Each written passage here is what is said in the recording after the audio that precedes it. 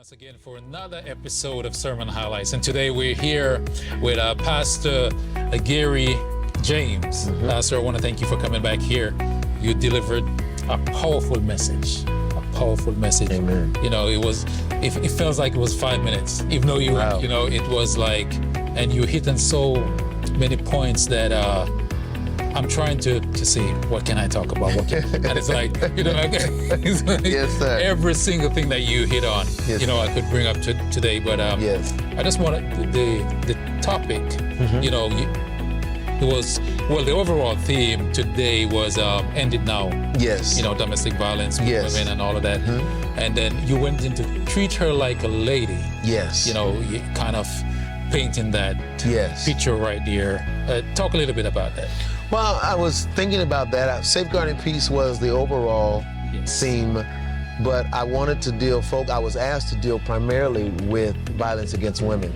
And so in my study this week prior to, I was looking at all of the concepts in the Bible and the events and narratives around violence against women. Right.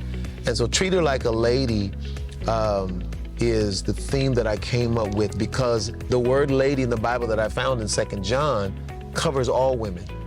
John talks about a chosen woman who is loved by all. But that word, the Greek word for that, is a word that Jesus used often when he used the word woman. And it covers women that are married, it covers wives, it covers family, and it covers daughters, it covers womanhood.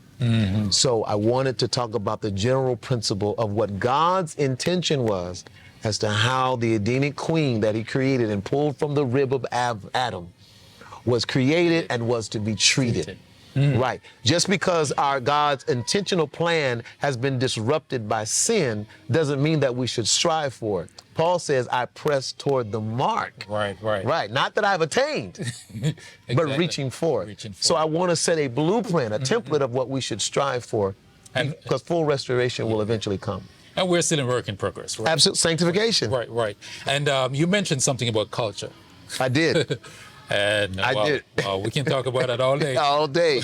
But you mentioned, because culture does play a big part, and sometimes we kind of look at the scriptures and turn them in our own way in how we want to see them based on our culture. Correct. Yeah, but just talk a little bit about that and what you meant by Well, a lot of that comes from my experience in ministering and doing missionary work overseas, primarily with Africa. The oppression that I saw as a result of culture, it broke my heart and it blew my mind to see it in the church. Oh, wow. Right in the community of the local church, how women were treated and mistreated and what they could not do. We dealt with some demon possession over there as well, and that was amazing. And a lot of it had to do with culture and how women were treated, because most of the ones that were possessed were women, was not men. Oh, okay. And so they had a lot of restrictions in terms of how they could serve. Things just even as specific as if they were on their period, they could not serve in the church. They had to wear their hair a certain way.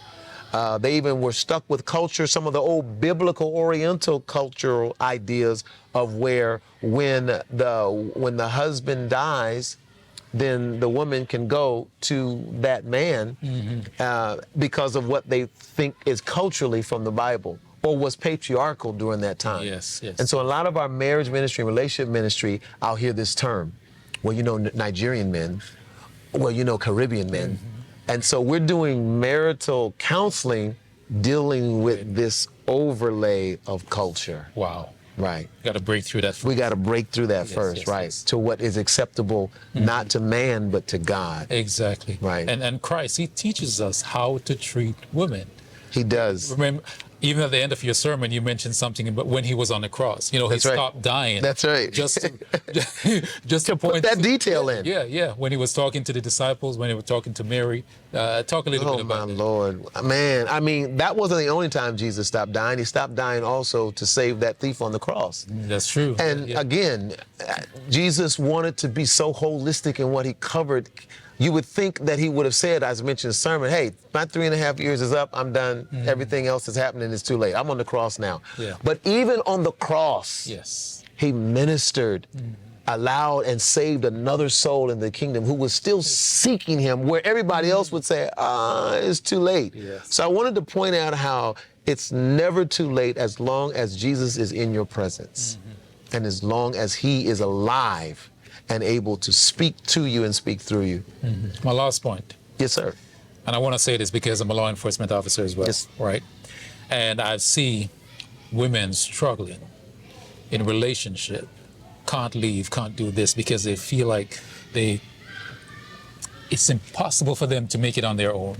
It's just like because they've been telling them, or the husband or the boyfriend been telling them, you know, you can't make it without me. You can't make it without me. Yes. And that keep them in that abusive relationship. Yes, yes. But you mentioned something that was so profound at the end of your message, which you let us know that God will always provide.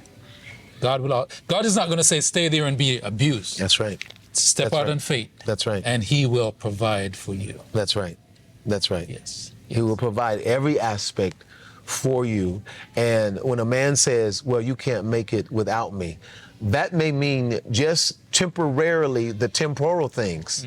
But God has equipped me and has instructed me that I can make it spiritually and emotionally and mentally. And I know couples, I know of women who have taken their 3 children and have gone to the women's shelter. They have put themselves in those positions and eventually got themselves back on their feet and have done well. And what that tells me is that you're not allowing fear to trump your faith. Amen. And it has to be faith because we hear about it, we talk about it, we sing about it, but we also have to use it. I don't call it insurance, it's like insurance. What good would insurance be for me if every time I needed it, the insurance company denied my claim? Exactly. But we don't have insurance with Christ. We have assurance. And so there comes a times when I've got to make a claim. Yes, Pastor. I got to make a claim, Lord. Oh, that was good right there. I got to put that in sermon. Sometimes I got to make a claim. Yeah, that's true.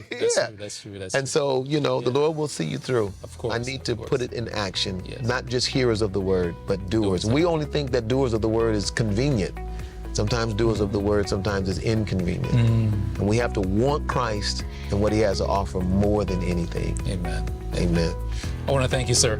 Oh, it was a pleasure. Thank you for coming back here and just sharing with us those highlights of the message. Absolutely. Powerful message today. Amen. Thank you so much. I enjoyed myself thoroughly. All right.